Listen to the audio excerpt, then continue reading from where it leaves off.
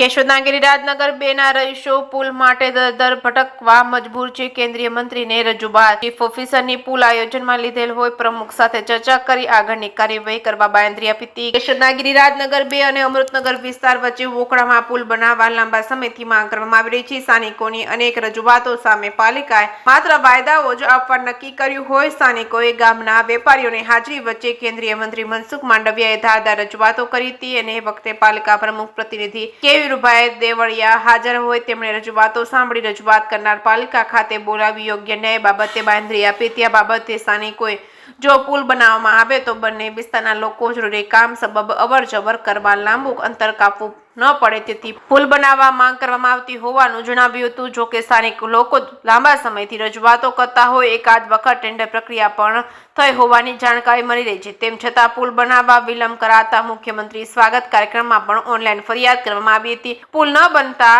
પાછળ રાજકીય વર્ગ ધરાવતા એક વ્યક્તિએ જાહેર રોડ પર ગેરકાયદેસર દિવાલ બનાવી હોવાનું સ્થાનિકોએ જણાવ્યું હતું. હાલ એક વ્યક્તિના વિરોધ વચ્ચે પુલનું કામ અટકી પડ્યું હોય તો સ્થાનિકોમાં રોષ જોવા મળી રહ્યો છે. આ માટે દબાણ હટાવી તાત્કાલિક પુલ બનાવવાની ઉગ્ર માંગ ઉઠવા પામી છે. ચીફ ઓફિસર MM વાઘેલા સાથે વાત કરતા તેમણે પુલ આયોજનમાં લીધેલ હોય અને પ્રમુખ સાથે ચર્ચા કરી આગળની કાર્યવાહી કરવા બાંયધરી આપી હતી. જોકે સ્થાનિકો 10 વર્ષથી પુલ બનાવવાની માંગ કરી રહ્યા છે ત્યારે ખરેખર મનસુખભાઈ માંડવિયા અને પાલિકા પ્રમુખ વચ્ચે થયેલી ચર્ચા બાદ પુલ બનશે કે કેમ એ તો હવે આવનારો સમય જ બતાવશે.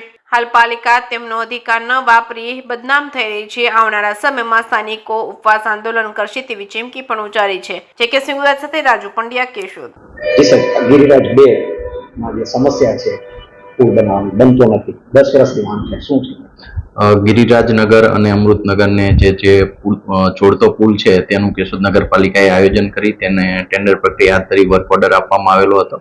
પરંતુ આ પછી એ બાબત ધ્યાનમાં આવી કે બંને જે રેવન્યુ સર્વે નંબર છે, બિનખેતી સર્વે નંબર છે તે બંને અલગ હોય, જેથી કારણે બંને સામસામેવાળા જે રહીશો છે તેમની વચ્ચે પુલ બનાવવા બાબતે અને ન બનાવવા બાબતે અસમંજસ અને અસહમતિ નથી સધાઈ, જેના કારણે સ્થાનિક વિરોધના કારણે હાલ આ કામ પેન્ડિંગ છે.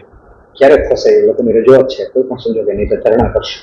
આ બંને પક્ષોને સાંભળી પ્રમુખશ્રી પાસે બંને પક્ષોને બોલાવી અને તેમની રજૂઆતો સાંભળી અને યોગ્ય નિરાકરણ ટૂંક સમયમાં લાવવામાં આવશે. બંને સર્વે નંબર અલગ હોય છે તો તમારી સત્તા ખરી કે કામ કરી શકાય? ખરેખર આ જે સર્વે નંબર છે તેનું બિનખેતી નગર નિયોજક વખતે થયેલું હતું, તેથી તેમની પાસે આ બાબતે જરૂરી માર્ગદર્શન મેળવી અને તેનું નિરાકરણ લાવવામાં આવશે. હું ગિરિરાજનગર 2 નો રહેવાસી છું. મારું નામ જયેશભાઈ મનસુખભાઈ રૂપાલિયા છે. 2004 થી આ પ્રશ્ન છે અને અમારે નગરપાલિકાએ પુલ વારંવાર પાસ કરેલ છે અને માગણી મૂકેલ છે. આ જે સામેના MD પટેલનો પંકજભાઈ પાગડારે દિવાલ પેશકદમીમાં ચણેલ છે સાર્વજનિકમાં, એ દિવાલ કાઢતા નથી ને એની એમ કહે છે કે તમારે કરવું એ કરી લ્યો, અમે કઈ આગળ વધવા નથી. શું MD પટેલની શરમ લાગે છે આ તંત્રને? મિલી ભગત છે તંત્રની. અમારું અમે ટેક્સ ભરીએ છીએ, ઈ ટેક્સ ભરે છે. એની હમણાં સપ્તાહ કે સિમેન્ટ નાખી ગયા તો એ કેના ખર્ચે નાખી ગયા?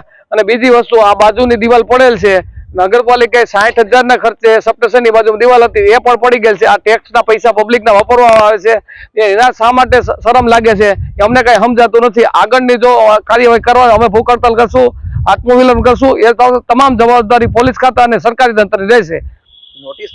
નોટિસ બજાવી છે, એનો નોટિસ બજાવી છે. કોન્ટ્રાક્ટરને શા માટે કામ ચાલુ કરતા નથી? આ દિવાલ પાડવાની નોટિસ બજાવી છે, તેની તંત્ર શા માટે કાર્યવાહી કરતી નથી? જંગલેશ્વર રાજકોટ જેવામાં પબ્લિકના મકાનો પાડેલ છે, તો અહીં શું કેશોદમાં કોઈની શરમ લાગે છે? એના બાપુજી ભૂતપૂર્વ પ્રમુખ હતા, એની શરમ લાગે છે? કોઈ પણ તંત્રની શરમ લાગતી તો એને ભગવાનને જઈને ઉપર જવાબ દેવામાં પડશે. તંત્ર શા માટે શરમ રાખે છે? આની અંદર નગરપાલિકાની મિલીભગત તમને લાગે છે જવાબદાર તંત્રની? જિલ્લા ફાગત સમિતિમાં અમે પ્રશ્ન રજૂ કર્યો, તાલુકા ફાગત સમિતિમાં કર્યો, હમણાં તાલુકા મંત્રી શ્રી મનસુખભાઈ માંડવિયા સોની સમાજ આવ્યા તેને રૂબરૂમાં પણ રજૂઆત કરી છે. તંત્ર આંધળું બેરું છે કે શું સમજતું નથી, અમને કઈ સમજાતું નથી. મારું નામ વસંતભાઈ કનુભાઈ શુક્લ છે. હું ગિરિરાજનગર 2 વિસ્તારમાં કેશોદમાં રહું છું. ગિરિરાજનગર 2 અને અમૃતનગર રોડને જોડતો રસ્તો છે, એની ઉપર વચ્ચે વોંકળો આવેલ છે.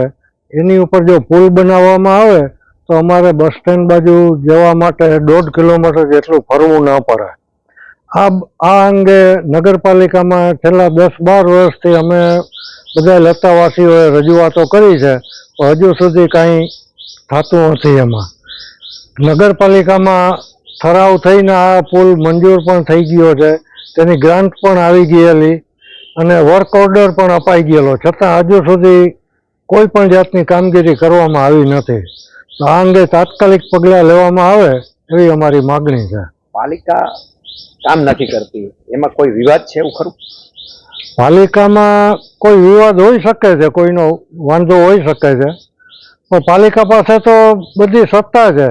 કોઈનો ગેરકાયદેસર કાંઈ વાંધો હોય તો તેઓ એને અવગણી શકે છે. હવે પછી તમારી શું માંગ છે? આગળની કાર્યવાહી શું કરો? બસ આગળની કાર્યવાહીમાં અમે હવે ધરણા ઉપર બેસવાનું નક્કી કરીએ છીએ અને જો આ પુલની જ્યાં પુલ બનાવવાનો છે ત્યાં દિવાલ કરેલ છે કોઈએ, એ દિવાલ તોડવાનો અમારો ઈરાદો છે. બેન, શું સમસ્યા છે? હું જયશ્રીબેન ચેસુર બોલું છું, ગિરિરાજ 2 માંથીના. અને અમારે આ પુલની માગણી છે 10 વર્ષથી. આ 2 વખત પાસ થઈ ગયેલ છે તો આની કાંઈ કોઈ કરી શકતું નથી અને અવારનવાર ધક્કા ખાઈએ છીએ નગરપાલિકાએ, પણ આજ ને કાલ કર્યા કરે. અમારે અહીંથી ને ઇમરજન્સીમાં જવું હોય તો અમને અમૃતનગર રોડ સીધો લાગુ પડી જાય છે, તો અમે ઇમરજન્સી જઈ શકીએ. અત્યારે તમારે ક્યાંથી જવાનું થાય છે? અમારે આ રીતે આમ ફરીને 1.5 કિલોમીટર થી જવું પડે છે, તો અમને આ તરત જ અમૃતનગર આવી જાય એટલે અમને બહુ સહેલું પડે. એમ તમે પાલિકાને રજૂઆત કરો છો તો શું કહેવામાં આવે છે? ઈ આજ ને કાલ આમણામ 10 વર્ષ વયા ગયા, 2 વખત પાસ થઈ ગયેલ છે તોય આનું કાંઈ થતું નથી. આજ આવીએ કાલ આવીએ, આજ આવીએ કાલ આવીએ. આમાં કોઈ વિવાદ છે? કોઈ દિવાલ કોઈ ઊભી કરી ગયો કોઈ વિવાદ છે? હા, એ સામે છે, એ લોકો પાડવા જ નથી દેતા, તો એ લોકોની ત્યાંથી થાતી જ નથી દિવાલ. અહીંથી ને આ રોડની માગણી જ છે તો એ લોકોથી દિવાલ ન થાય. એ અવારનવાર અમે રજૂઆત કરેલી છે. હવે આગળની કાર્યવાહી તમે શું કરશો? હવે બસ. જી, તમારું નામ અને આ સ્થાનિકોની શું સમસ્યા છે? મારું નામ ઈશ્વરભાઈ નરસિંહભાઈ વણપરિયા છે. મારે આ પ્લોટિંગ અમારું પોતાનું છે અને 68-69 મારું પર્સનલ પ્લોટ છે. આ પ્લોટમાં હોકરા ઉપર એને પુલ મંજૂર કરેલો છે દેવાભાઈ માલુમ. મેં સામેની પાર્ટી રેવણા છે એ લોકોએ દિવાલ આડી કરી અને પુલ બનાવવા નથી દેતા. પુલ બની જાય તો અહીંયા રહેતા બધા પબ્લિકને બસ સ્ટેશને જવા માટે, દવાખાને જવા માટે બધું નજીક થઈ જાય અને સ્કૂલો પણ નજીક થાય. તો જે રોકે છે એને નગરપાલિકાએ કડક પગલાં લઈ અને કામ ચાલુ કરાવવું જોઈએ. બેન, શું સમસ્યા છે? આપનું નામ? મારું નામ ભારતીબેન જયેશભાઈ રૂપારેલિયા છે. અમે ગિરિરાજનગર 2 માં રહી છીએ અને ગિરિરાજનગર ને અમૃતનગરનો હોકડો છે, ત્યાં પુલ બનાવવાની માંગ છે 10 વર્ષથી આ લગભગ. અને અત્યારે પાસ થઈ ગયો છે તો ચીફ ઓફિસર એ ના પાડે છે કે ગ્રાન્ટ પાછી જવા દો. શું કામ ગ્રાન્ટ પાછી જવી જોઈએ? એમ બનાવવો તો પડે ને, એના તો ખીચામાંથી આપવાના જ પડતા કઈ. આ પુલ બનવાથી ફાયદો શું?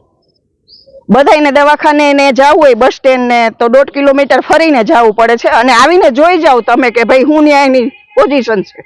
રસ્તો જ પેક છે તો જાય ક્યાંથી? તમે રજૂઆત પણ સામે દિવાલ બનાવેલી હોય કોઈએ રજૂઆત કરી છે, અંગે શું કીધું? એ ના જ પાડે છે કે ઈ ઓલો સામે વાળો કહે છે તે નથી પાડવી અમારી દિવાલ. એમ એટલે પાલિકાનું ચાલે કે સામે વાળાનું ચાલે? એટલે એમાં એની મિલી ભગત છે પોતાની, એની કોર છે બધાએ, તો પછી કરવું તો પડે ને કામ. એમ તો ન હાલે કઈ. એમ જંગલેશ્વર રાજકોટ એવડા બંગલા પાડે છે તો આ એક દિવાલ એક નો પાડી શકે 10 ઈંટની ચણેલી છે. આગળ તમે શું કાર્યવાહી કરવાના? કરવી જ પડે ને. હવે 4 ચોકે રોકવું પડશે, રસ્તો રોકવો પડે, બધું કરવું પડે. કાયદો જે થતું હોય પછી નો લે તો પછી કરવું જ પડે ને. અહીંયા આસપાસમાં કેટલા લોકો રહે છે ને હેરાન થાય છે? 100 જ ઘર છે.